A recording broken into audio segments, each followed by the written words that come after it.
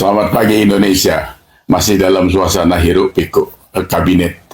Kita terus diributkan oleh isu-isu sebenarnya tidak menguntungkan. Jadi bisa benar bisa tidak. Jadi saran saya, Presiden harus segera membentuk tim yang solid, membuat IT atau tim yang bisa men-take down hal-hal yang bisa saja sekarang ini dibuat orang memojokkan pemerintah atau membuat onar gitu. Karena dengan hadirnya AI ini kan gampang sekali, gestur orang bisa digoyang, suara orang bisa diganti dan sebagainya.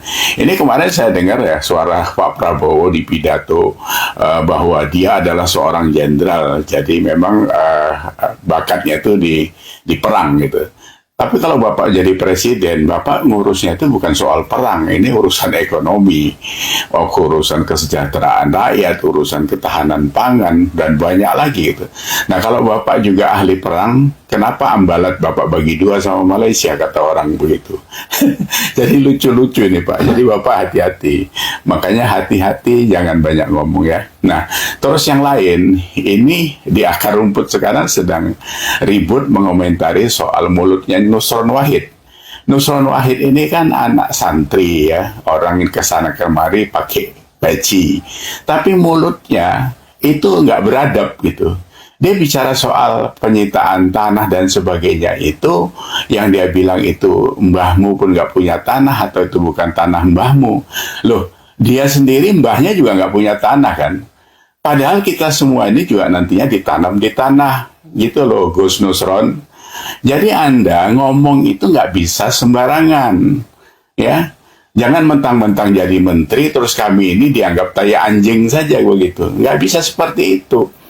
Karena kalian itu kan mandator. Kami ini mandator. Jadi kami yang memberi mandat untuk kalian sebagai pelaksana kepentingan masyarakat. Jangan dibalik. Jangan kalian jadi tuan. Tuannya itu adalah rakyat. Kan Pak Prabowo sudah bilang waktu kampanye, jangan cuma kampanye saja dipakai, habis itu lupa. Ini Pak Prabowo yang harus mengingatkan itu. Sama dengan Saifullah Yusuf juga kan gitu. Mengatakan bahwa yang anak sakit perut di Bogor makan MBG kemarin katanya, mungkin belum terbiasa makan enak. Hei Bung, Anda kayak orang gedongan saja. Dulu juga di kampung sama aja kita makan telo.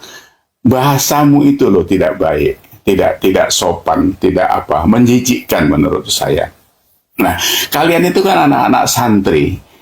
Masih ingat kan pesan Nabi Muhammad? Letakkan hatimu di depan lidahmu, supaya kau nggak ngomong sembarangan.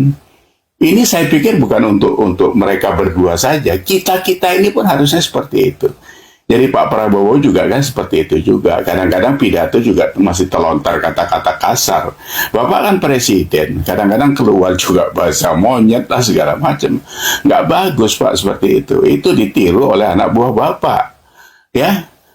Jadi kacau banget kalian ini. Kami di akar rumput ini memperhatikan ini kabinet apa.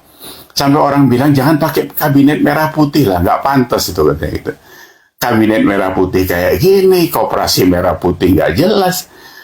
Orang bilang jangan KMP, KOP sekarang. Jadi kabinet one piece. Jadi terlalu suci memakai merah putih itu kalau isinya orang-orang sekelas kalian gitu. Ya, banyak orang ini sudah ini kalau nggak ada resapel, nggak dibubarkan kabinet ini makin hari makin panas gitu. Nah, Pak Prabowo kemarin kan memuji-muji bahwa kabinet ini luar biasa, sudah bekerja 10 bulan dengan luar biasa dengan hasilnya. Ukurannya apa? Saya sudah sampaikan kan. Ukurannya apa? Bapak ngambil parameter dari mana? Sukses indikatornya apa? Kan harus jelas. Kalau cuma dipuji-puji saja ya Bapak ya habis Bapak. Kan saya bilang mereka ini kan penjilat semua. Karena ini kabinet ini politik Pak.